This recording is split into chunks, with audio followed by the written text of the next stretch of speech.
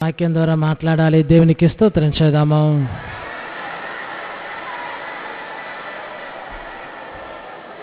ప్రశ్న ఈ 2014 సంవత్సరం అంతటా వాక్యం ద్వారా మాట్లాడి బలపరిచి ఉన్నారు. వాక్కు పంపి బాగా చేపించి ఉన్నారు. ఈ సంవత్సరం అంతా మనతో మాట్లాడిన దేవుడు ఈ చివరి సమయంలో కూడా మనతో మాట్లాడినట్లుగా స్తోత్రం చేద్దాము.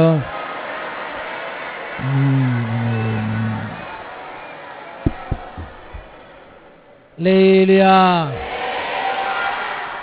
వాక్యం చదవండి. అదే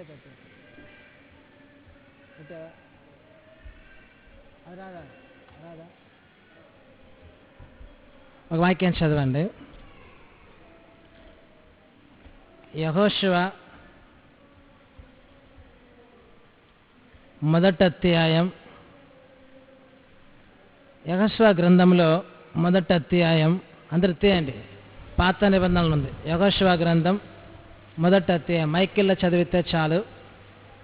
9వ వాక్యం. నేను నీకు ఆజ్ఞ ఇచ్చున్నాను కదా, నిబ్బరము కలిగి ధైర్యముగా నుండుము, దిగులు పడకుము, జడియకుము.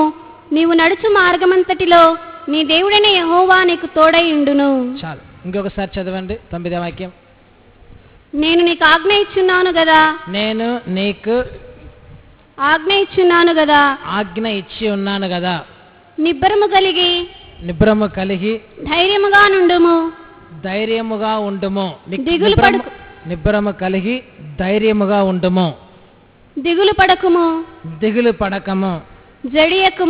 జడియకము. నీవు నడుచుకో మార్గమంతటిలో, నీ నడుచు మార్గం అంతటిలో నీ దేవుడైన యెహోవా నీకు తోడై ఉండును. ఇది ఒక వాగ్దానం. ప్రభు చెప్తున్నాడు, ఆజ్ఞాపించి ఉన్నాడు, నీ ధైర్యమా ఉండము, దిగులు పడకము. ఈ విధంగా వాగ్దానం ఇచ్చి ఉన్నారు. ఈ వాగ్దానం ఎదట ఈ రాత్రి సమయం నేను అడుగుతున్నాడు దేవుడు, నీ ధైర్యంగా ఉన్నావా? నీ ఆలోచన చేయి ఒకసారి. ఈ సంవత్సరం మీకు ఆఖరులో నీ ధైర్యముగా ఉన్నావా?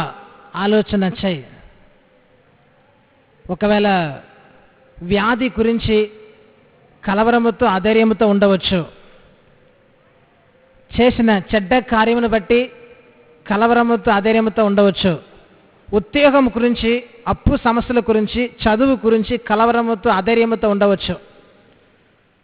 సైతాను పోరాటముతో కూడిన జీవితం వలన నీ అధైర్యముతో ఉండవచ్చు. ఏదైనా ఒక శోధనలో నీ అధైర్యముతో కలవరముతో ఉండవచ్చు. నీవు ఎందుకు ఈ విధంగా కలవరముగా అధైర్యముతో ఉంటున్నావు? ప్రభు చెప్తున్నాడు నీ ధైర్యముగా ఉండమని. దేవుడే చెప్తున్నాడు నీ ధైర్యముగా ఉండమని. అలాగైతే నీ కలవరం, భయం, పిరిగితనం, అధైర్యం యొక్క సమస్యలన్నిటికీ కారణం ఏంటి? కొన్ని కారణం చెప్తాను. 1 గంట కూడా లేదు ఈ సంవత్సరం ముగించడానికి. లాస్ట్ సమయం. ఎంతమంది నిన్ను అధైర్యపరిచినప్పటికీ నీ హృదయం బలముగా ఉంటే నీకు అధైర్యం రాదు. నీవు చచ్చిపోతావు, నేను నాశనం అయిపోతావు, పాడైపోతావని ఎంత శపించినా సరే, ఎంతమంది నీకు విరోధంగా మాట్లాడినా సరే, నీలో హృదయం బలముగా ఉంటే నీకు భయం రాదు, పిరిగితనం రాదు, కలవరం రాదు, అధైర్యం రాదు. 100 మంది నిన్ను ధైర్యపరిచినప్పటికీ, 1000 మంది నీ బాధపడమాక ధైర్యంగా ఉండని 1000 మంది నిన్ను ధైర్యపరిచినప్పటికీ నీ హృదయం నిన్ను ధైర్యపరచకపోతే నీకు ధైర్యం రాదు. ధైర్యం అన్నది గుండె ధైర్యం అంటారు. ధైర్యం అన్నది నీ హృదయంలో ఉంది. ఈ రాత్రి సమయం ఆలోచన చేయి, నీ హృదయంలో ధైర్యముగా ఉన్నావా? ఒకవేళ ధైర్యముగా లేకపోతే కారణం ఏంటంటే, ముఖ్యమైన ఒక కారణం, నీ హృదయం నీతో మాట్లాడుతుంది. నీలో చాలా పాప కార్యం ఉంది, నీలో చాలా దోషం ఉందని నీ హృదయం నీతో మాట్లాడుచున్నందువలన, నీ హృదయమే నీ మీద నేరం మోపుచున్నందువలన నీ హృదయంలో ధైర్యం లేదు. ఇదే ప్రాముఖ్యమైన అంశం. నీవు మంచిగా లేవు, నీ చెడ్డగా ఈ సంవత్సరం అంతా చెడ్డగా ప్రవర్తించి ఉన్నావు, ఈ సంవత్సరం అంతా చాలా కీడు చేసి ఉన్నావు, ఈ సంవత్సరం అంతా చాలా అపవిత్రంగా జీవించి ఉన్నావు. కావున నీలో పరిశుద్ధత లేదు, నీ పాపముతోనే జీవించి ఉన్నావు. దేవుడు నీకు ఇచ్చిన శరీరంలో, దేవుడు నీకు ఇచ్చిన ప్రాణంలో నీ దేవుని కొరకు జీవించలేదు, పాపం కొరకు జీవించుతున్నావని నీ హృదయం నీతో మాట్లాడిందంటే నీ హృదయంలో అధైర్యం వచ్చేస్తుంది. ఏమైపోతానో అధైర్యం వచ్చేస్తుంది. నీ హృదయంలో అధైర్యం వచ్చేస్తుంది. ఒక వాక్యం చూపిస్తాను. 1 యోహాను 2వ అధ్యాయం. ఇక్కడ రాయబడి ఉంది, నీ హృదయమే నేను అధైర్యపరచను. 1 యోహాను 3వ అధ్యాయం 20వ వాక్యం. 1 యోహాను 3వ అధ్యాయం 20వ వాక్యం. దేవుడు మన హృదయము కంటే అధికుడై సమస్తమును ఎరిగి ఉన్నాడు గనుక. దేవుడు మన హృదయం కంటే అత్తికటై సమస్తమును ఎరిగి ఉన్నాడు గనుక మన హృదయము ఏ ఏ విషయములలో మన యందు దోషారోపణ చేయునో, కనుక మన హృదయము ఏ ఏ విషయంలో దోషారోపణం చెయ్యునో ఆయా విషయములలో ఆయన ఎదుట మన హృదయములో సమ్మతిపరచుకుందుము. తర్వాత ప్రియులారా మన హృదయము మన యందు దోషారోపణ చెయ్యని ఎడల దేవుని ఎదుట ధైర్యము గల వారమగుదుము. చాలు. మన హృదయము ఈ రాత్రి సమయంలో మనలో దోషారోపణం చెయ్యని ఎడల దేవునికి ఎదుట ధైర్యంగా ఉంటాం. నీ హృదయం నీలో దోషారోపణం చెయ్యకపోతే నీ ధైర్యంగా ఉంటావు దేవునికి ఎదుట. నీ హృదయం నీ మంచిగా లేవు, నీ మంచివాడు కాదు, చాలా కీడుతో ఉండి ఉన్నావు, నీ ఈ సంవత్సరంలో దేవుని సన్నిధికి రాలేదు, బ్రతికించిన దేవునికి ఇష్టముగా జీవించలేదు, ప్రభుకు దూరంగా జీవించి ఉన్నామని నీ యొక్క జీవితం గురించి నీ హృదయం నేరం మోపిందంటే నీకు ధైర్యం ఉండదు. నీ యొక్క జీవితమును అందరికి కప్పుకొని పరిశుద్ధంగా చూపించవచ్చు. నీ యొక్క దోషమును ఎవరికి చూపించకుండా దాచిపెట్టవచ్చు. నీ యొక్క అతిక్రమం, నీ యొక్క పాపం, నీ యొక్క కల్మషం అందరికీ మరుగుపరిచి దాచిపెట్టుకుని ఉండవచ్చు. ఎవరికి తెలియదని అనుకుని ఉండవచ్చు. ఒకవేళ ఎవరికి తెలియకపోవచ్చు, కానీ నీ హృదయంకు తెలుసు. ఎవరికి తెలియకుండా పాపం చేయవచ్చు, కానీ దేవునికి తెలియకుండా పాపం చేయలేం. నీ హృదయం తెలియకుండా పాపం చేయలేవు. అందరికి అబద్ధం చెప్పవచ్చు, నీ హృదయం నీకు అబద్ధం చెప్పదు. అందరికి పరిశుద్ధంగా చూపించవచ్చు. ఈ రాత్రి సమయంలో నీ యొక్క జీవితం గురించి నీ హృదయం నీతో మాట్లాడుతుంది, నీ ఎలాంటి వ్యక్తి అని. అలాగైతే నీ హృదయం నీవు మంచి వ్యక్తి కాదు, దేవుని యొక్క సన్నిధికి నీవు సరిగా రావట్లేదు, నీలో యేసు ప్రభువుకు నచ్చినట్టుగా ఏమీ లేదు అని నీ హృదయం నీతో మాట్లాడిందంటే నీ జీవితంలో ధైర్యం ఉండదు. మరి ఏం చేయాలని అధైర్యం వచ్చేస్తుంది. అలాగైతే ఇప్పుడు చెప్పిన మొదటి కార్యం, నీ హృదయం నీ జీవితం గురించి నీతో ఇప్పుడు మాట్లాడుతుంది. ఈ వాక్యం మైకేల్ మాట్లాడుచున్నప్పుడే నీ హృదయం నీతో మాట్లాడుతుంది. ఇది వాక్యం, ఇది మానవ స్వరం కాదు, ఇది దేవుని యొక్క స్వరం, ఇది బైబిల్ యొక్క సత్యం. ఈ యొక్క సౌండ్ ఆత్మదేవుడు చెప్పు మాటలు నీ మనస్సులో, నీ హృదయంలో ఇప్పుడు క్రియ చేస్తుంది. ఈ వాక్యం నీలో మాట్లాడుతున్నప్పుడే నీ హృదయం నీతో మాట్లాడుతుంది. ఈ వాక్యమును విన్న నీ హృదయం, నీ యొక్క మనస్సాక్షి నీతో మాట్లాడుతుంది, నీ ఎలాంటి వ్యక్తి అని. ఈ యొక్క వాక్యం చెవిలో నుండి నీ హృదయంలో, మనస్సాక్షిని క్రియ చేస్తున్నప్పుడు ఈ వాక్యం విన్న వెంటనే నీ మనస్సాక్షి, నీ హృదయం నీతో మాట్లాడుతుంది. నీ మంచిగా లేవు, అందుకే నీలో ధైర్యం లేదు, అందుకే నీలో కలవరం ఉంటుంది, అందుకే నీలో ఒక ప్రియతనం ఉంటుంది, అయోమయంగా ఉంటున్నావని నీ హృదయం ఇప్పుడు నీతో మాట్లాడుతుంది. కనుక నీ యొక్క దోషమే నీ యొక్క జీవితంలో కలవరముకు కారణం.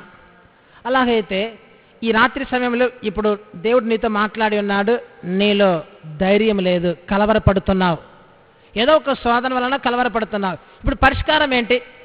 పరిష్కారం 10 మందికి పోయి నీ సమస్యలు చెప్పితే పరిష్కారం రాదు. నీ యొక్క బాధను నీవే తలంచితే నీ పరిష్కారం రాదు. నీ యొక్క బాధను యేసు ప్రభువుకు చెప్పాలి. ఈ భూమి, ఆకాశం, సముద్రం సమస్తమును సృష్టించిన సృష్టికర్త యేసు ప్రభు. సూర్యుడు, చంద్రుడు, నక్షత్రములు సమస్తమును సృష్టించిన సృష్టికర్త యేసు ప్రభు. సమస్తమును ఆయనకు మాత్రం చెప్పు. ఈ రాత్రి నీ యొక్క పాప దోషం ప్రభుకు చెప్పు. ఈ సమస్తమును సృష్టించిన సృష్టికర్త భూమికి పైన, ఆకాశంలో, పరలోకంలో ఉంటున్నాడు. యేసు ప్రభు నిజమైన దేవుడు. నీ విశ్వసించము. మరియమ్మ గారు గర్భంలో పుట్టిన తర్వాత దేవుడు కాదు, ఆయన జగతుత్పత్తికి మునపే దేవుడు. కానీ దేవుడుగా పరలోకంలో ఉండిన యేసు ప్రభు భూమి మీద మనుషుని కొరకు మరియమ్మ గర్భము ద్వారా అవతరించారే కానీ మరలా పరలోకం వెళ్ళాడు. మరియమ్మ గారు గర్భంలో పుట్టిన తర్వాత దేవుడు కాదు, జగతుత్పత్తికి మునపే దేవుడు. ఆ యొక్క దేవుడిని ఈ రాత్రి విశ్వసించము. నిజమైన దేవుడు యేసు ప్రభు విశ్వసించము. పరలోకంలో మహారాజు యేసు ప్రభు విశ్వసించము. నేను నీకు చూపించలేను, కానీ నేను ఈ వాక్యంను విశ్వసించము. పరలోకం పైన దేవుడు ఉన్నట్టుగా విశ్వసించము. ఇప్పుడు ఇక్కడ నుండి అమెరికాకి సెల్ ఫోన్ చేయవచ్చు. అమెరికాలో నంబర్, ఆ సెల్ ఫోన్ నంబర్ నేను సెల్ ఫోన్లో మాట్లాడితే నా సెల్ ఫోన్కి అమెరికాలో ఉన్న సెల్ ఫోన్కి ఫోన్ నంబర్ వైర్ లేదు. ఇక్కడ మాట్లాడినప్పుడు నేను సెల్ ఫోన్లో ఇప్పుడు మాట్లాడితే ఈ బిల్డింగ్ బయట వినిపించదు, ఇదే సెకండ్ అమెరికాలో వినిపిస్తుంది. వైర్ లేదు. నేను సెల్ ఫోన్లో మాట్లాడుతున్నప్పుడు కాంపౌండ్కి బయట వినిపించదు, కానీ ఎన్నో వేల కిలోమీటర్ అవతల అమెరికాలో వినిపిస్తుంది. ఏ నంబర్కి అమెరికాలో ఫోన్ చేస్తున్నానో ఆ నంబర్కి అమెరికాలో వినిపిస్తుంది. ఇన్ని వేల కిలోమీటర్ దూరం ఉన్నప్పటికీ నేను మాట్లాడుతున్న ఆ క్షణమే అమెరికాలో వారు సెల్ ఫోన్లో వినిపిస్తున్నప్పుడు నా మాట వారికి వినిపిస్తుంది, వారి మాట నాకు వినిపిస్తుంది. మనుషుడి కనిపెట్టిన సెల్ ఫోన్ అంత పవర్ ఉన్నప్పుడు ఈ రాత్రి సమయంలో దేవుని యొక్క సన్నిధి, ఈ రెండక్షంతల దేవుని సన్నిధి ఇప్పుడు ప్రభువా, పరలోకంలో ఉన్న మహారాజు ప్రభువా, నా యొక్క సమస్య ఇది, నేను అధైర్యంతో ఉన్నాను, కలవరముతో ఉన్నాను, దుఃఖముతో ఉన్నాను, నెట్టురిపోతూ ఉన్నాను. ఈ రాత్రి సమయం ఇప్పుడు నీ విశ్వసించి యేసు ప్రభు ఎత్తున మొరపెట్టినప్పుడు నిశ్చయముగానే ఇక్కడ నీ చేస్తున్న ప్రార్థన కాంపౌండ్కి బయట వినిపించదు, కానీ పరలోకంలో యేసు ప్రభు నిశ్చయం వినిపిస్తుంది. ఈ విధంగా విశ్వసిస్తున్నాను. సెల్ ఫోన్, మనుషుడి కనిపెట్టిన సెల్ ఫోన్ అంత దూరం సౌండ్ వినిపిస్తుంది. అలాగైతే ఈ దేవుని సన్నిధిలో ప్రార్థన చేస్తున్నప్పుడు నీ యొక్క మాట పరలోకంలో వినిపించదా? ప్రభువా, అధైర్యంతో ఉన్నాను, కలవరంతో ఉన్నాను, శోధనలో మునిగిపోయి ఉన్నాను, నా దుఃఖం తూసివేయమని నీ ఇప్పుడు మనస్సు పూర్తిగా యేసు ప్రభువుని విశ్వసించి ప్రార్థన చేస్తే నిశ్చయముగా పరలోకంలో ఉన్న దేవుని సన్నిధిలోపై చేరును. నేను చెప్తున్న వాక్యం విశ్వసించిన వారు దేవునికి హల్లెలూయా చెప్పండి. మన యొక్క ఈ యొక్క ప్రార్థన సమయం, ఈ యొక్క వాక్య సమయంలో పరలోకంలో ఉన్న దేవుడు మన యొక్క కార్యము చూస్తున్నాడు, మన హృదయంను చూస్తున్నాడు, నీ హృదయంలో దుఃఖమును చూస్తున్నాడు. మన హృదయంలో దుఃఖమును దేవుడికి తెలియపరచాలి. ప్రభువా, నేను అధైర్యముతో ఉన్నాను, ఈ రాత్రి చివరి సమయంలో ధైర్యపరచము, నా జీవితమును మార్చము అన్నవారు మాత్రం దేవుని గట్టిగా హల్లెలూయా చెప్పండి. ఈ వాక్యం మరలా చదవండి. ప్రియమైనలారా, 1 యోహాను 3:21. ప్రియులారా, మన హృదయము మన యందు దోషారోపణ చెయ్యని ఎడల దేవుని ఎదుట ధైర్యము గలవారమగుదుము. దేవునికి ఎదుట ధైర్యము గలవారుగా మారాలంటే మన హృదయం శుద్ధీకరించబడాలి, మన హృదయం మంచి హృదయంగా మార్చబడాలి. ఇప్పుడు కార్యం చెప్తాను. బట్టల్లో మురికి ఉన్నప్పుడు, బట్టల్లో మసి మరక ఉన్నప్పుడు, మురికి ఉన్నప్పుడు సబ్బుతో బట్టలని ఉతకాలి. అప్పుడు సబ్బుతో సర్ఫుతో బట్టలు ఉతికినప్పుడు మురికి పోయిద్ది. వస్త్రంలో ఉన్న మురికి పోవాలంటే సబ్బు కావాలి. వంట చేస్తున్నప్పుడు మసి అండ్లు తోమాలి. వంట పాత్రము తోమాలంటే అండ్లు సబ్బు ఉంది. ఆ మసి పోవాలంటే అండ్లు సబ్బు వాడాలి. అండ్లు తోమటకు సబ్బు ఉంది, బట్టలు ఉతకటకు సబ్బు ఉంది, స్నానం చేసినప్పుడు సబ్బు ఉంది. అలాగైతే ఈ యొక్క సబ్బు ఉంటేనే మురికిపోయిద్ది.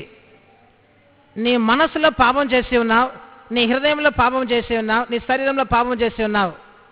అలాగైతే ఈ యొక్క పాపమును కడుగుచున్న సబ్బు ప్రపంచంలో ఎక్కడైనా ఉందా? ఏమీ లేదు.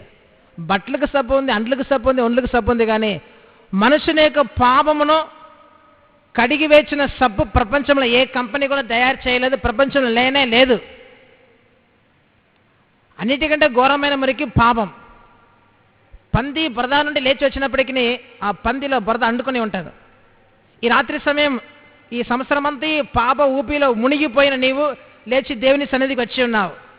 ఇప్పుడు దేవుని సన్నిధికి వచ్చినప్పటికీ ఈ సంవత్సరం అంతా పందిలాగా జీవించి ఉండవచ్చు. అప్పుడు అంటుకొని ఉన్న మురికి నీలో ఉంటుంది. ఈ రాత్రి సమయం ఈ యొక్క పాప మురికితో కొత్త సంవత్సరం అడుగు పెట్టకూడదు. అందరూ కొత్త బట్టలు వేసుకున్నారు. నేను కూడా దేవుడు నాకు ఇచ్చి నేను కూడా కొత్త బట్టలు వేసుకున్నాను. బట్టలు బాగానే ఉంది, నీ హృదయం బాగుందా? నీ మనస్సు బాగుందా? కొత్త బట్టలు వేసుకుని లాభం ఏంటి? ప్రభువా, నా మనస్సులో పాపం వలన మురికి, నా హృదయంలో దుర్వాసన ఉంది, నా యొక్క శరీరంలో నిండినట్టుగా పాపం ఉంది.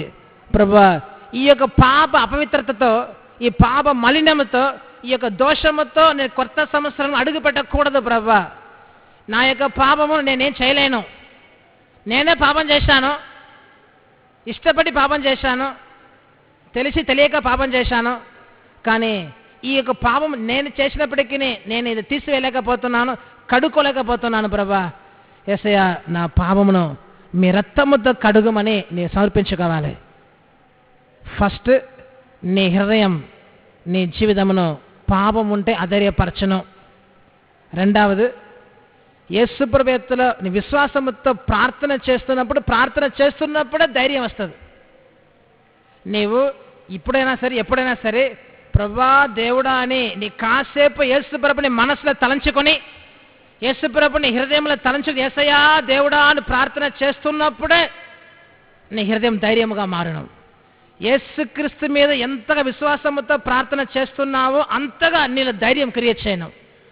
ప్రార్థన ఒక మనుషుడిని ధైర్యముగా మార్చిన, అది మరణ సమయమైనప్పటికీ, ఎంత ఘోరమైన సైతాను పోరాటమైనప్పటికీ, ఎంత ఇరుకైన పరిస్థితిగా ఉన్నప్పటికీ యేసయ్యా ప్రభువా అని విశ్వాసముతో ప్రార్థన చేస్తున్నప్పుడు ఆ యొక్క ప్రార్థన నీ జీవితం ధైర్యపరచను. యేసు ప్రభు మీద ఎంతకంతగా విశ్వాసముతో ప్రార్థన చేస్తున్నామో ఆ యొక్క విశ్వాసముతో కూడిన ప్రార్థన నీ హృదయం ధైర్యపరచను.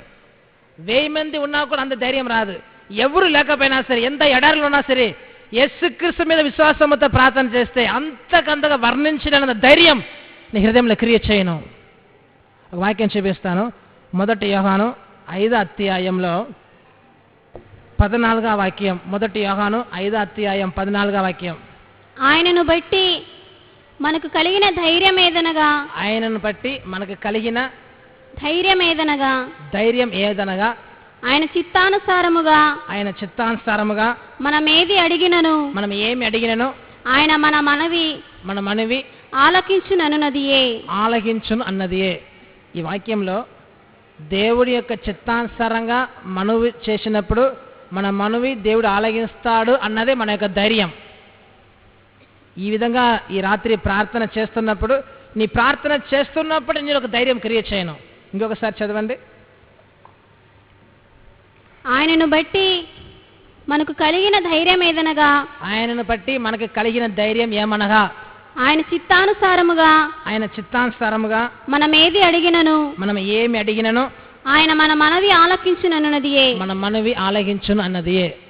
కనుక ప్రభువా, నా హృదయంలో పాపం ఉంది, నా హృదయం అధైర్యంగా ఉంటుంది, నా జీవితంలో అధైర్యం ఉంటుంది. ఇది మొదటి కార్యం. రెండవది, నీ విశ్వాసముతో ప్రార్థన చేస్తే నీలో ధైర్యం క్రియేట్ చేయను. వెనకాల వినిపిస్తుంది, అక్కడ సౌండ్ కరెక్ట్ వినిపిస్తుందా? కనుక ప్రార్థన చేస్తున్నప్పుడు, ప్రార్థనలోనే కొంచెం కొంచెంగా ఇంకా ప్రార్థన చేస్తున్నప్పుడే నీ హృదయం ధైర్యముగా మారును. ఇంకొక కార్యం, యేసు రక్తం అది ఒక మనుషుడిని పాపం నుండి కడుగుచున్న రక్తం. సబ్బు చూడగానే ఈ సబ్బు ఎటువంటి సబ్బు మురికి పోదా మీకు తెలుసు. కొన్ని సబ్బుకు మురికిపోదు, కొన్ని సబ్బు బట్టల సబ్బుకి ఎంత రుద్దినా మురికిపోదు. యేసు ప్రభు రక్తం నిజముగా ఒక సబ్బును కాదు, వర్ణించలేని శక్తి గల ఒక సబ్బు. యేసు ప్రభు రక్తం ఒక పాపి కొరకు పరలోకం ఇచ్చిన ఒక సబ్బు. పాపికి వేరే సబ్బు లేదు, కడుక్కొనటకు వేరే ఏమాత్రం సర్ఫ్ లేదు. సర్ఫ్ కంపెనీ చాలా ఉంది, సబ్బు కంపెనీ చాలా ఉంది. పాపమును కడుక్కొనుటకు ప్రపంచవ్యాప్తంగా ఒకే సబ్బు. ఆ సబ్బు ఇచ్చినది యేసు ప్రభు. పరలోకంలోని యేసు ప్రభు ఆ యొక్క రక్తమును కడుక్కున్న సబ్బుగా ఇచ్చి ఉన్నారు. పాపం కనపడదు కనుక యేసుక్రీస్తు రక్తం యొక్క క్రియ కూడా కనపడదు. ఇక్కడ బకెట్లో మురికి అంటే కనిపించింది, మురికి ఉన్న చోట్ల రుద్దుకుంటే మురికిపోయేది బట్టల మీద. నీ పాపం నీకు కనపడదు, నీ పాపము నీ కంటికి కనిపించదు, మనసులో నేను పాపం చేశాను అని తలంచి పాపం చేశాను తలంచినప్పుడే నీ తలంపులో పాపం చేసినట్టుగా నీకు అర్థమవుతుంది. నీ హృదయంలో శరీరంలో చేసిన పాపం నీకు తెలుసు, నీ చూడలేదు కానీ నీ చేసిన పాపం నీలో మురికిగా ఉంది, నీకు తెలుసు. కనుక పాపం కనిపించదు. పాపముకు ఇవ్వబడిన సబ్బు, పరిష్కారంగా ఉంచబడిన సబ్బు కూడా కనిపించదు, అది రక్తం. అదృశ్యమైనది, నిత్యమైనది. యేసు ప్రభు రక్తమే మన పాపమును కడుగుచున్న ఒక సబ్బు. ఈ యొక్క రక్తమును విశ్వసించి యేసు ప్రభుని దేవుడిని విశ్వసించి ప్రార్థన చేస్తున్నప్పుడే ప్రార్థన ధైర్యపరచను, యేసు రక్తం ధైర్యపరచను. యేసుక్రీస్తు రక్తం ఒక మానవుడిని పరలోకముకు తగినట్టుగా ధైర్యపరచను. పరలోకమందున్న యేసుక్రీస్తు మీద కూడిన విశ్వాసంతో కూడిన ప్రార్థన ధైర్యపరచను. ఇప్పుడు చూపించాను, యేసుక్రీస్తు మన మనవి ఆలగిస్తాడు అన్నది మన యొక్క ధైర్యం. ఇప్పుడు యేసు ప్రభు రక్తమే మనల్ని ధైర్యపరచను. ఎబ్రీ పత్రిక 10:20 యేసు రక్తం. ఎబ్రీ పత్రిక 10:20. సహోదరులారా, సరే చదవండి. సహోదరులారా, యేసు మన కొరకు ప్రతిష్ఠించిన మార్గమున అనగా నూతనమైనదియు జీవము గలదియు ఆయన శరీరము అను తెర ద్వారా ఏర్పరచబడినదియు నైనా మార్గమున ఆయన రక్తము వలన పరిశుద్ధ స్థలమునందు ప్రవేశించుటకు మనకు ధైర్యము కలిగి ఉన్నది గనుకను. ఆయన రక్తం అక్కడ నుంచి చదవండి. ఆయన రక్తము వలన, ఆయన యేసు ప్రభు ఆయన రక్తం వలన పరిశుద్ధ స్థలమునందు ప్రవేశించుటకు మనకు ధైర్యము కలిగి ఉన్నది. మనకు ధైర్యం కలిగి ఉన్నది. హల్లెలూయా. యేసు రక్తము ద్వారా 2015వ సంవత్సరంలో ప్రవేశించుటకు ఇప్పుడే ధైర్యం కలగాలి. యేసు రక్తం కంటికి కనిపించదు, నీ విశ్వసిస్తే ఆ రక్తం యొక్క క్రియ నీకు అర్థమవుతుంది. కరెంటు కంటికి కనిపించదు, చేతులు పట్టుకుంటే అర్థమైద్ది. అలాగే యేసు రక్తం నీ కంటికి కనిపించదు, ఆ రక్తం యొక్క క్రియను నీ శరీరంలో ప్రాణ ఆత్మలను గ్రహించగలవు, అనుభవించగలవు. ఆ రక్తమును విశ్వాసించి ఈ రాత్రి ప్రార్థన చేస్తున్నప్పుడు ప్రార్థన ధైర్యపరచను, యేసు రక్తం ధైర్యపరచను. ఈ విధంగా కొత్త సంవత్సరం అడుగు పెట్టాలి. యేసు రక్తమును విశ్వసించము, యేసు ప్రభుని విశ్వసించి నీ ప్రార్థన ప్రభు సన్నిధిలో చేరుటకు తగినట్టుగా సమర్పించుకున్నాము. ప్రభువా, నాలో దోషం ఉంది, నేను ఈ రాత్రి ఈ సన్నిధికి వచ్చి ఉన్నాను, దయతో క్షమించి ప్రభువా, నేను పాప మురికితో కొత్త సంవత్సరం అడుగు పెట్టకూడదు అని సమర్పించుకో. ఇంకొక వాక్యం చూపిస్తాను.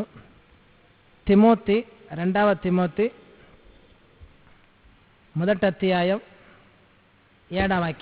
2 తిమోతి 1:7 దేవుడు మనకు శక్తియు ప్రేమయు ఇంద్రియ నిగ్రహమును గల ఆత్మనే ఇచ్చేను గాని పిరికితనము గల ఆత్మని ఇయ్యలేదు.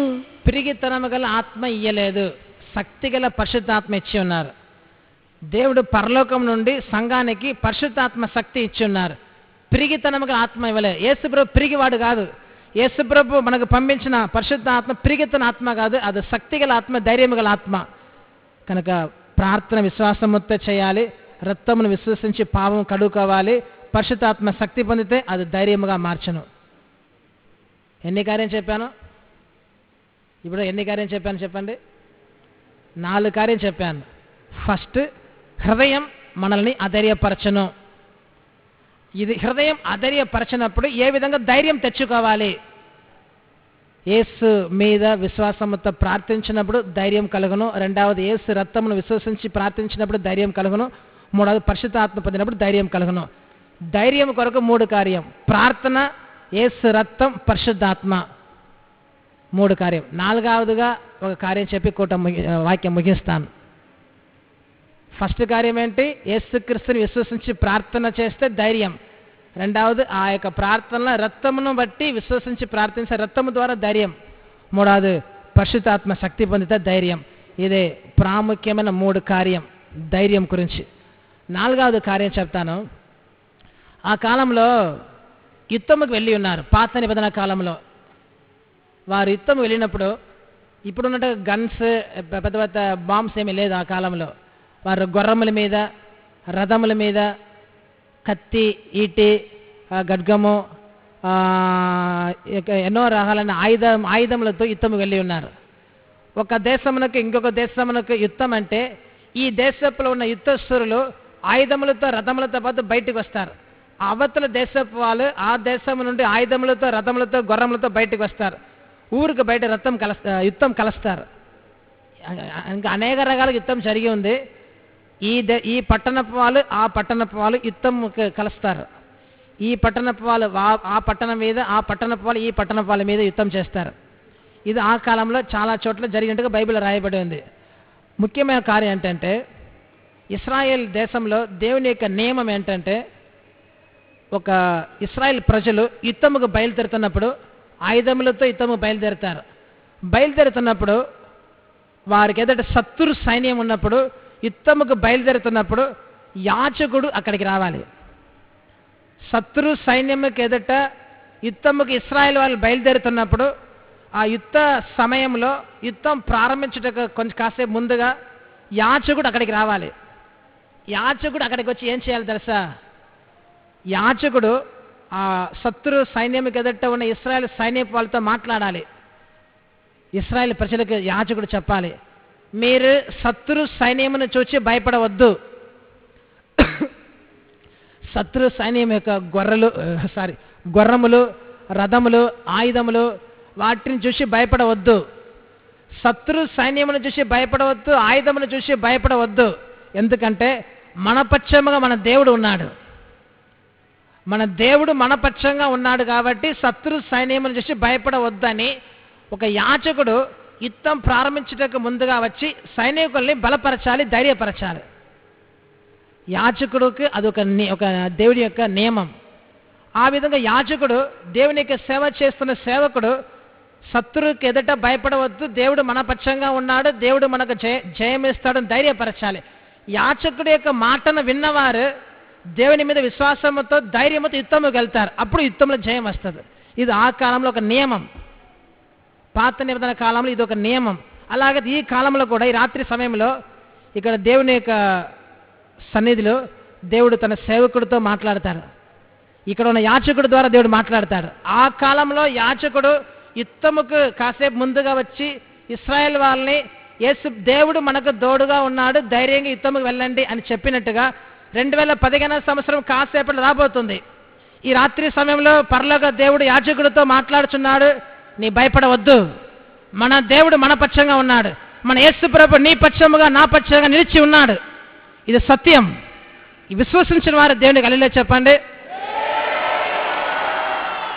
వాక్యం చదివేస్తాను. ద్వితీయోపదేశకాండం 20వ అధ్యాయం.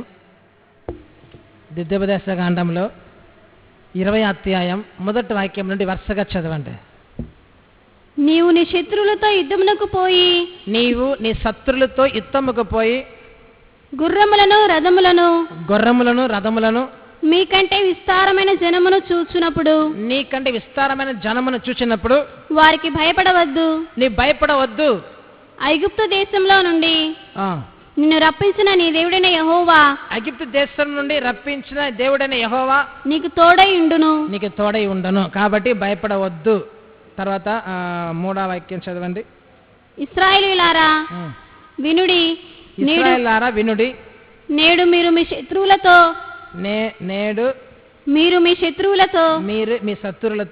యుద్ధము చేయుటకు సమీపించుచున్నారు. మీ హృదయం జంకనీయకుడి, భయపడకుడి, వణకకుడి, వారి ముఖము చూసి బెదరకుడి. మీ కొరకు మీ శత్రువులతో యుద్ధము చేసి మిమ్మును రక్షించువాడు మీ దేవుడైన యెహోవాయే అని చెప్పిన దేవుడు తెలుసా? 2వ వాక్యం చదవండి. అంతేకాదు 2వ వాక్యం, అంతేకాదు మీరు యుద్ధమునకు సమీపించినప్పుడు యాజకుడు దగ్గరకు వచ్చి ప్రజలతో ఇలాగూ చెప్పవలెను. యుద్ధముకు సమీపించినప్పుడు యాజకుడు దగ్గరికి వచ్చి ప్రజలతో ఈ విధంగా చెప్పవలను, నీ భయపడమాక, దేవుడు తోడుగా ఉన్నాడని. 2015 సంవత్సరంలో అడుగు పెట్టాక ఇంకా 12 నిమిషం మాత్రం ఉంది. యాజకుడు స్థానంలో దేవుడు ఆత్మదేవుడు మాట్లాడుచున్నాడు. నీ భయపడవద్దు, నీకెదట ఉన్న శత్రుని చూసి భయపడవద్దు. కారణం శత్రుని వెళ్ళగొట్టుచున్న శోధనలో తప్పించుటకు మార్గం తరస్తున్న దేవుడు నీ పక్షంగా ఉన్నాడు, మన పక్షంగా ఉన్నాడు. టైం అయింది కాబట్టి ఆ వాక్యం చెప్పి ఒకసారి చదవండి. యెహోషువ 1:9 యెహోషువ 1:9. నేను నీకు ఆజ్ఞ ఇచ్చున్నాను కదా, నేను ఈ రాత్రి సమయంలో నీకు ఆజ్ఞాపించి ఉన్నాను కదా, నిబ్బరము కలిగి ధైర్యముగా నుండుము, నిబ్బరము కలిగి ధైర్యముగా ఉండము, దిగులు పడకము జడియకుము, దిగులు పడకము దడియకము, నీవు నడుచుకో మార్గమంతటిలో నీ నడుచు మార్గం అంతటిలో నీ దేవుడైన యెహోవా నీకు తోడై ఉండును. నీ దేవుడిని యెహోవానికి తోడై ఉండును. చాలు.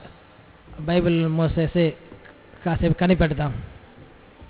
కరెక్టా? ఒక నిమిషం అది ఫాస్ట్, ఒక 10 నిమిషం ఉంది. అందరు కళ్ళు మూసుకోనండి. కరెక్ట్గా ఈ సంవత్సరంలో తాటుటకు 10 నిమిషం మాత్రమే ఉంది.